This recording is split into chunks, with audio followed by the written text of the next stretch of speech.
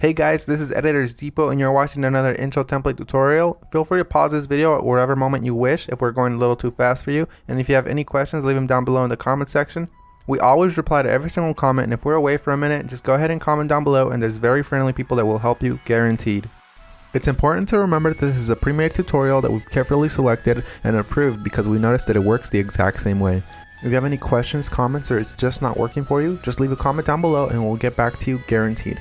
Now this tutorial requires both Adobe After Effects and Cinema 4D. You will absolutely require them. If you do not have them, go ahead and visit EditorsDepot.com. We can do any template customization at very affordable prices. Just feel free to select the template you wish and check out with it and detail everything you want on the template.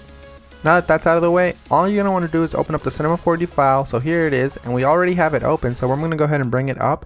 And as you can tell, everything is ready to go. All you have to do is replace the text, render, and you're done.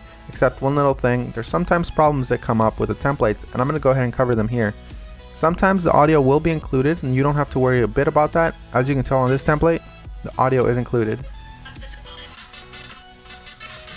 It's not a problem at all, and sometimes the font is not included. If it's not, all you want to do is of course look for the text layers. They will look a little like this. Select it, and then hit font. And select any font you wish. You can visit designerdepot.net for any font you wish. The first thing you want to do is of course modify one of the text layers. So here it says your. I'm going to go ahead and hover the text after I select it and replace it with editors. I'm going to do the same thing for the second layer behind that one. I'm going to hover the text and write editors. Now that that's done, I'm going to go ahead and render preview. And as you can see, it says editors. Everything is 100% fine. You do the exact same thing for the bottom layers. I selected both at the same time. I'm going to replace it with Depot. Once I go ahead and render preview, it looks amazing and I'm happy with it. I'm 100% happy with the colors because it's red and Editors Depot is red, but if you're not happy with the colors, you can simply come down below, double click it, and make any modifications you wish, whether it's make it green, make it blue, or blend it all together and make a little purple. I'm going to go ahead and keep it this way, and I'm going to go ahead and go to my render settings now. Once you're in the render settings, you're going to want to make sure that your width and height is set to 1920 x 1080 if you have a very good computer or decent computer and you have time. If you have a slow computer and you probably don't have that much time, you make sure you set it 1280 by 720. You want to make sure you tick all frames, and then you go to save. You make sure it has a PNG sequence for a faster render that does not reduce quality at all.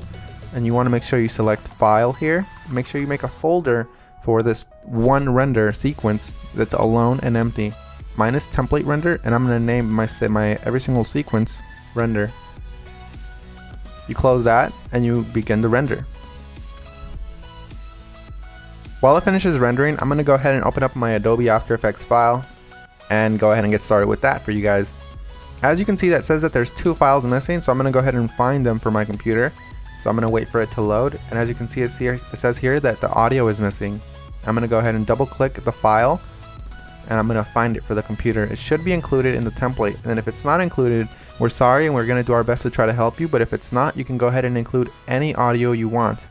As you can see here, it's not included, so I'm going to go ahead and just drag in one of my copyright-free files that I have in my library. You can use the one that we're using for this tutorial.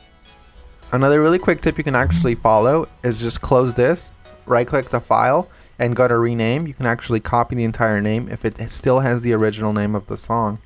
Then you go back to YouTube, you paste that there, and you download the file from there. You want to make sure it's copyright free and you're not breaking any laws though. Once you've gone ahead and replaced your song, you're going to want to go ahead and replace the other thing that was missing, which is of course the PNG sequence. It might be a PNG file, .png, or it might be an MP4 file, or anything within those regards, like QuickTime for example. You're going to go ahead and double click it and replace it with your render sequence. I'm going to select the first frame, scroll all the way down just to be safe, and select the last frame. You want to make sure you do the same thing, all while holding shift, so it selects every single one. You make sure you tick on sequence here where it says PNG sequence. You should have that option for Windows as well. You hit open and it will import every single one and it'll make it look like a video. That makes your render much faster and it looks the exact same. So we're 100% done. Assuming you have every single one of the plugins required, you're 100% done, and if you don't, you're going to have a black screen similar to this. But if you do have a black screen similar to this, you're going to just want to make sure you troubleshoot it by turning off or turning back on whatever adjustment layers might be messing up your entire video. As you can see here, all of the adjustment layers, one of them within these messed up the entire render, so I'm going to go ahead and turn them on one by one. That one's fine, that one's fine. This one's the problem here, so you make sure you turn them back on and you're done. So I had one layer that messed everything up, and that's because I do not have the correct plugin. You want to make sure you fix that, and you want to make sure you don't run into that problem again. And finish the composition by adding it to the media encoder queue. That pretty much summarizes our video, guys. I hope you all enjoyed it, and if you did, remember, drop a thumbs up if you liked it. Drop a thumbs up if you are a fan of us and you like what we're doing. And guys, we really appreciate every single one of you from the bottom of our hearts. We really appreciate every single one of you guys, whether you're liking this video, disliking, or you just left and you didn't even watch this tutorial, guys. Hope you all have an amazing day, and as always, this is Maurice. Visit EditorsDepot.com for any customization of templates, and have an amazing day. Take care, guys.